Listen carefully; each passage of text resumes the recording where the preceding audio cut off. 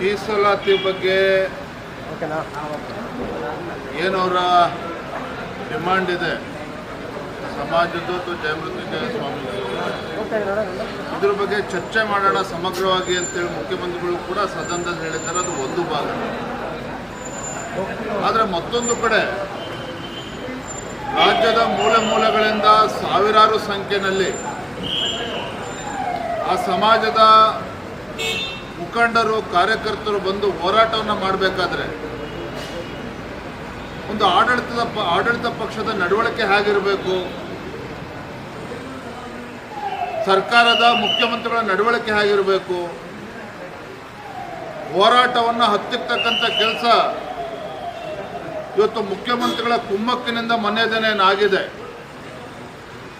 ಲಾಠಿ ಪ್ರಹಾರವನ್ನು ಮಾಡಿ ನೂರಾರು ಜನಕ್ಕೆ ಹೊಡೆದು ಬೆದರಿಕೆ ಆಗ್ತಕ್ಕಂಥ ಷಡ್ಯಂತ್ರ ಕುತಂತ್ರ ಇವತ್ತು ರಾಜ್ಯ ಸರ್ಕಾರದ ಕುಮ್ಮಕ್ಕಿನಿಂದ ಏನಾಗಿದೆ, ಇದು ಅಕ್ಷಮ್ಯ ಅಪರಾಧ ಇದು. ನಾನು ರಾಜ್ಯದ ಮುಖ್ಯಮಂತ್ರಿಗಳು ಕೇಳೋದಕ್ಕೆ ಇಚ್ಛೆಪಡ್ತೇನೆ, ಪ್ರಜಾಪ್ರಭುತ್ವದ ವ್ಯವಸ್ಥೆಯಲ್ಲಿ ಸಿದ್ದರಾಮಯ್ಯನವರಿಗೆ ವಿಶ್ವಾಸ ಇದೆಯೋ ಇಲ್ವೋ? ಇದು ಕೇವಲ ಪಂಚಮಸಾಲಿ ಸಮಾಜ ಅಲ್ಲ, ಎಲ್ಲರೂ ಇವತ್ತು ನಾಡಿನ ಜನತೆ ಪ್ರಶ್ನೆ ಮಾಡ್ತಾ ಇದ್ದಾರೆ. ಈ ರಾಜ್ಯದ ಮುಖ್ಯಮಂತ್ರಿಗಳಿಗೆ ಪ್ರಜಾಪ್ರಭುತ್ವದ ಬಗ್ಗೆ ವಿಶ್ವಾಸ ಇದ್ದಿದ್ದೇ ಆಗಿದ್ದರೆ ಮೊನ್ನೆ ದಿನ ಹೋರಾಟ ನಡೀತಕ್ಕಂಥ ಸ್ಥಳಕ್ಕೆ ಒಂದು 10 ಹೆಜ್ಜೆ ಹೋಗಿ ಅಲ್ಲಿ ಭೇಟಿ ಮಾಡಿ ಅವರ ಅಹವಾಲನ್ನು ಸ್ವೀಕಾರ ಮಾಡ್ಕೊಂಡು ಬರ್ಬೋದಿತ್ತು. ಅದರ ಬದಲಾಗಿ ಮುಖ್ಯಮಂತ್ರಿಗಳು ಅಲ್ಲಿ ಭೇಟಿನ ನೀಡ್ದೇನೆ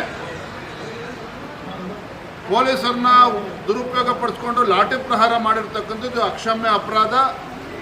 ನಾನು ತಮ್ಮ ಮುಖೇನ ರಾಜ್ಯದ ಮುಖ್ಯಮಂತ್ರಿಗಳಿಗೆ ಆಗ್ರಹವನ್ನು ಮಾಡ್ತೇನೆ, ತತ್ಕ್ಷಣ ಮಾನ್ಯ ಸಿದ್ದರಾಮಯ್ಯನವರು ಕ್ಷಮೆನ ಕೇಳಬೇಕು.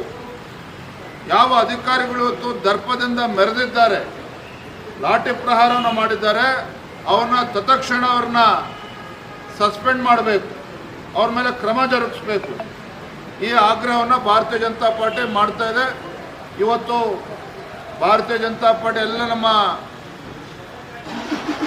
ಶಾಸಕರು, ವಿಧಾನಸಭೆ ಮತ್ತು ವಿಧಾನ ಪರಿಷತ್ ಸದಸ್ಯರುಗಳು ಸುವರ್ಣಸೌಧದ ಮುಂದೆ ಬಾಬಾ ಸಾಹೇಬ್ ಅಂಬೇಡ್ಕರ್ ಅವರ ಪ್ರತಿಮೆ ಮುಂದೆ ನಾವು ಧರಣಿ ಮಾಡಿ ತದನಂತರದ ಸದನದಲ್ಲೂ ಕೂಡ ಈ ವಿಚಾರವನ್ನು ಪ್ರಸ್ತಾಪ ಮಾಡ್ತೇವೆ. ಇದ್ರ ಬಗ್ಗೆ ಮುಖ್ಯಮಂತ್ರಿಗಳ ಉತ್ತರವನ್ನು ಕೂಡ ಪಡಿತಕ್ಕಂಥ ಕೆಲಸ ಮಾಡ್ತೇವೆ.